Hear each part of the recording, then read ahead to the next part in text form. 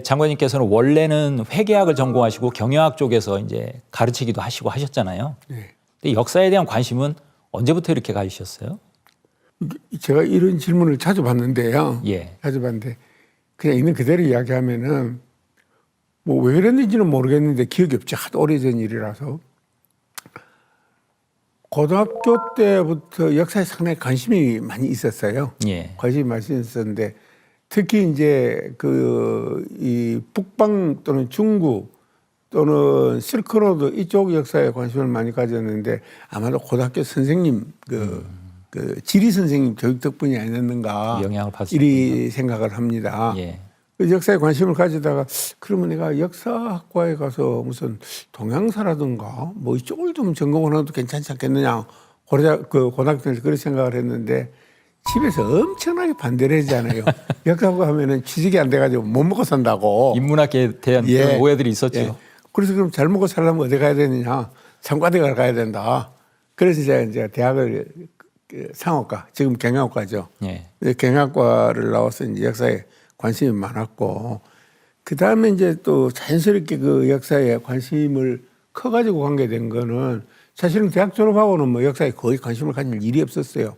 제가 70년에 대학을 졸업하고 은행에 들어갔으니까 예. 그때부터 이제 직장 생활을 시작했으니까 역사에 관심을 가질 기회도 없었죠. 그런데 어느 날 딱 보니까 한참 지나가서 보니까 이게 공무원 시험에 이 국사 과목이 필수 과목이 아니고 선택 과목이 돼가지고 있어요. 예.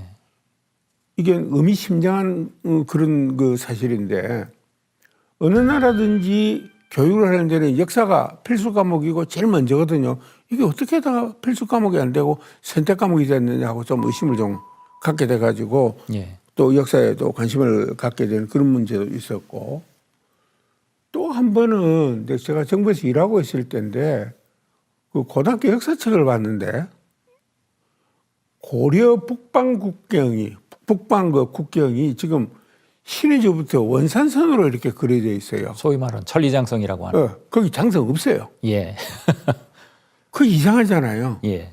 아니다. 고려 때는 보면은 훨씬 더 국경이 북쪽에 있었는데 이거 어쩌다가 이렇게 됐노?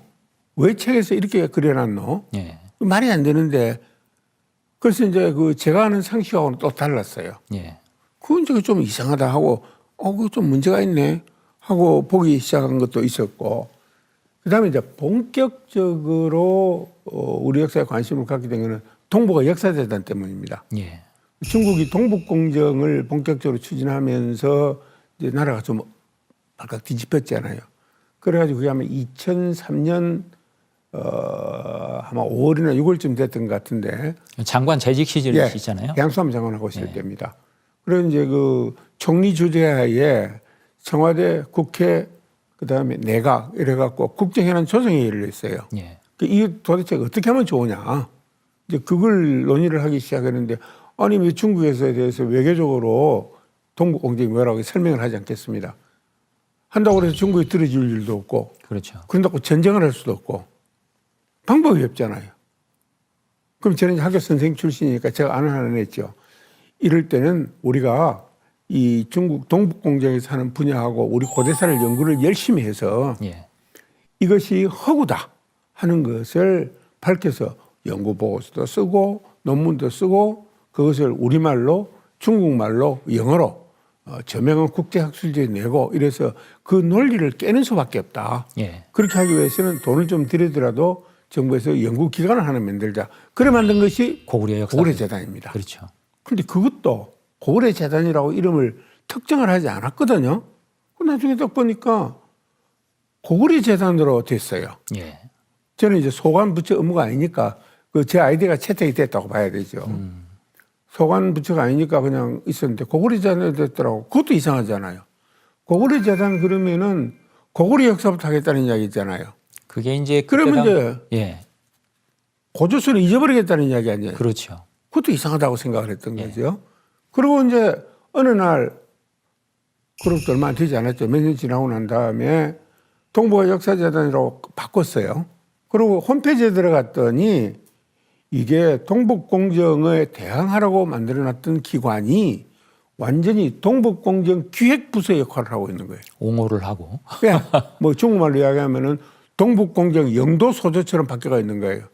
이걸 제가 신문에 칼럼도 썼지만은 이 내용으로 그때 좀 한참 지나고 난 다음에 그러니까 이게 역사학자들을 시켜서 이제 원장을 하고 뭐 이렇게 됐을 건데 이사장을 하고 그랬을 건데 이 사람들이 식민사학을 하는 사람들이 됐으니까 이 사람들이 간부가 돼갖고 원장이 되고 이래갖고 들어가서 하다 보니까 이게 완전히 식민사학 소굴이 돼버린 거예요. 예. 그걸 다른 말로 표현하면 어떻게 됩니까? 이게 바로 대한민국 정부가 대통령이 식민사학자들한테 사기를 당해버린 거예요. 예. 사기를. 그래서 이제 역사에 관심을 좀 아주 깊게 가지게 되었다. 그렇게 말씀을 드릴 수가 있겠네요. 그 역사가 오래됐네요. 지금. 네, 좀 오래됐습니다. 그러면서 또 근래에는 또 원래 이제 전공하신 회계학 관련해 가지고 고려 시대 이제 복식부기에 관련 논문도 쓰시고 네, 많이 또 써요. 여러 편 많이 하셨잖아요. 썼어요. 예.